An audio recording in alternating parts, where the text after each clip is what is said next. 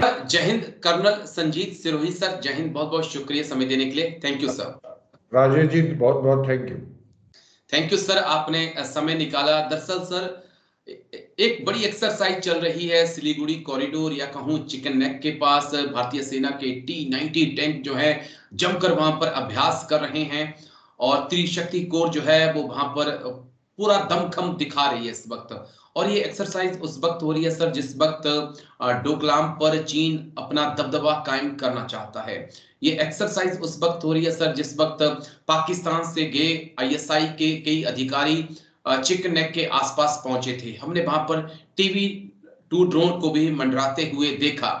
उसके बाद ये इतनी बड़ी एक्सरसाइज क्या एक मैसेज देने की कोशिश है चाइना को भी और बांग्लादेश को भी कि चिकन नेक से दूर रहें, क्योंकि अगर हमें छेड़ा तो फिर हम छोड़ेंगे नहीं सर।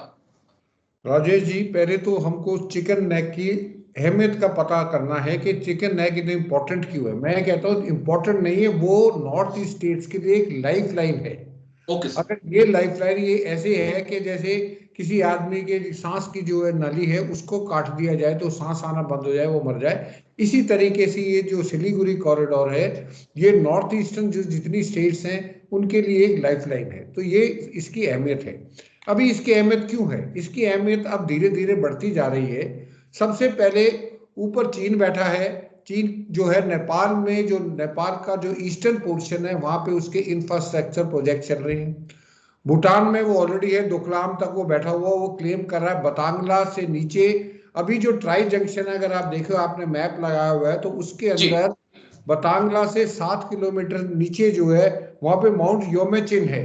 तो वो ये कहता है, क्लेम करता है कि हमारा जो है ये जो टेरिटरी है वो माउंट योमेचिन तक है। अगर माउंट योमेचिन तक, और माउंट योमेचिन जो है वो बतांगला से 7 किलोमीटर साउथ में है।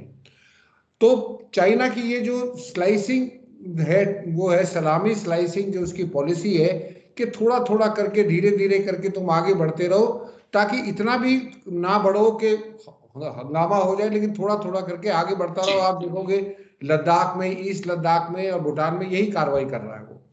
तो वो जो है चाहता है कि वो 7 किलोमीटर जो है और अंदर तक, मतलब साउथ में आ जाए। जब वो साउथ में आ जाएगा तो वहां पे जाके फिर सबसे ज्यादा जो जरूरी जगह है वहां पे जमफेरी रिज है।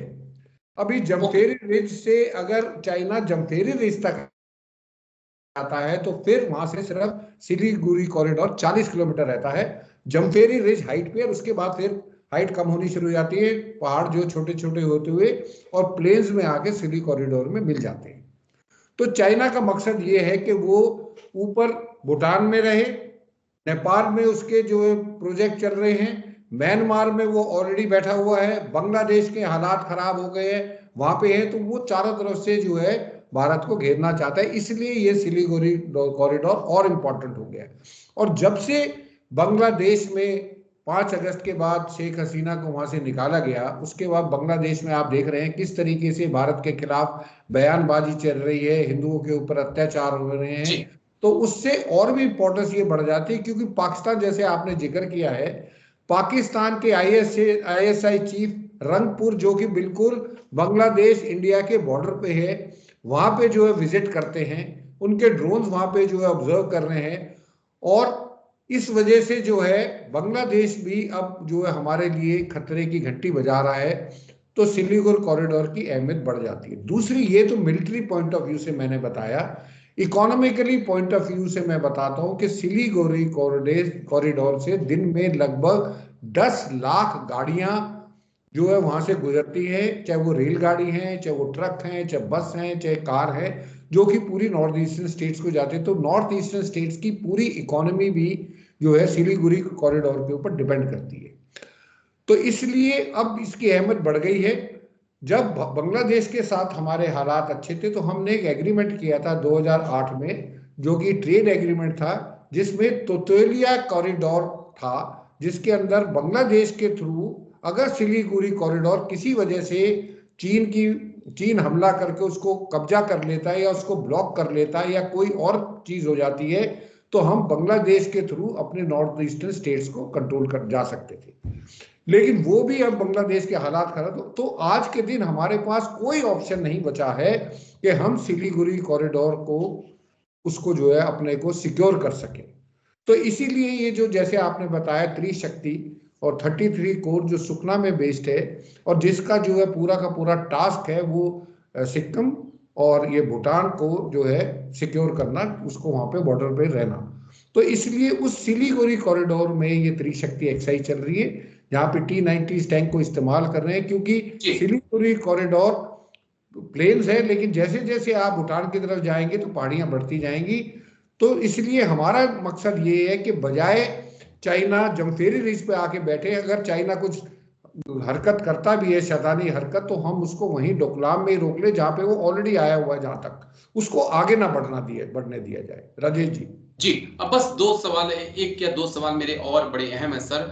जिस प्रकार से अरुणाचल प्रदेश को लेकर चीन लगातार दावा कर रहा है, 2022 के बाद तो केवल अरुणाचल प्रदेश के नाम उसने बदले, नदियों के नाम, पहाड़ों के नाम बदल रहा है। सिक्किम में भी ऐसी खबरें आ रही कि सिक्किम के उस पार भी चीन की कुछ एक्टिविटी देखने को मिल रही है। तो आंग के उस पार भी थोड़ा सा एक्टिव चीन दिखाई पड़ रहा है, ऐसी कई रिपोर्ट सामने आ रही है। तो क्या मिस एडवेंचर ना कहकर मैं कहूं कि अरुणाचल प्रदेश के लिए एक संघर्ष आने वाले वक्त में हम भारत और चीन के बीच देख सकते हैं सर? अजय जी, भारत और चीन का तकरीबन 3,700 या 3,800 किलोमीटर का बॉर्डर है।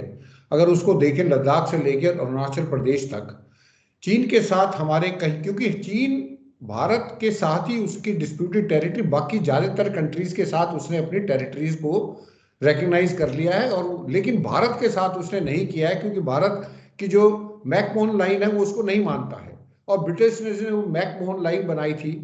दूसरी चीज ये, तिब्बत, चाइना कभी भी हमारा नेबर नहीं था। चाइना जब 1950 के बाद जब चाइना ने तिब्बत के ऊपर कब्जा कर लिया, तब से वो हमारा नेबर बनाया, नहीं तो हमारा तो नेबर तो तिब्बत था। अभी तिब्बत को उसने पूरा क्लेम कर लिया, उसकी वजह से हम अब उसके नेबर बन गए, पड़ोसी बन गए। तो अभी हरकत वो चाहे ईस्टर्न लद्दाख हो, चाहे वो भूटान हो, डोकलाम हो, चाहे वो अरुणाचल प्रदेश हो, चीन की हमेशा, जैसे मैंने आपको बताया, इस्लामी स्लाइसिंग चीज है। ईस्टर्न लद्दाख में यही हुआ, वहां पे जब ये एक्शन हुआ था 2020 में गलान घाटी में, वहां पे भी उन्होंने हरकत करी।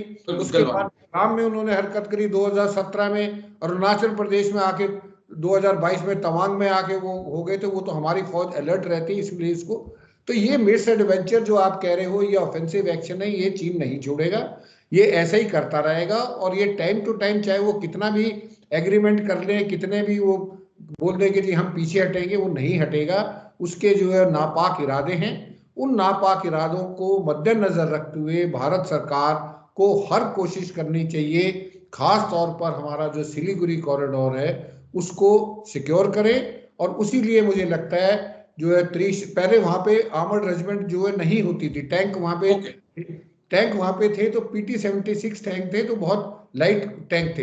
अभी वहां पे T-90 टैंक्स को तैनात कर दिया, ना कि सिलीगुड़ी कॉरिडोर में, बल्कि नॉर्थ सिक्किम तक हमारे टैंक वहां पे पहुंच गए हैं। तो इसलिए हम अपनी पूरी तैयारी कर रहे हैं, और ये कभी ना कभी, राजेश जी मैं आपको बता रहा हूं, चीन कभी ना कभी जो है कोई ना कोई हरकत जरूर करेगा, जिसके लिए हमको तैयार रहना होगा। इस प्रकार से भारतीय सेना है, और हमने जो देखा है वो यही है कि भारतीय सेना तमाम हालातों के लिए तैयार रहती है। लेकिन यस, जिस प्रकार से चीन अपना डिफेंस बजट बढ़ा रहा है, उस प्रकार से ऐसा लगता है कि एक बड़ी तैयारी तो चीन कर रहा है। लेकिन शुक्रिया, आप आए sir, colonel Sanjeet Sirohi sir, आप आए और इस मुद्दे पर इतनी बारीकी से आपने बात रखी। थैंक यू सर, जय हिंद। Thank you sir. जय हिंद।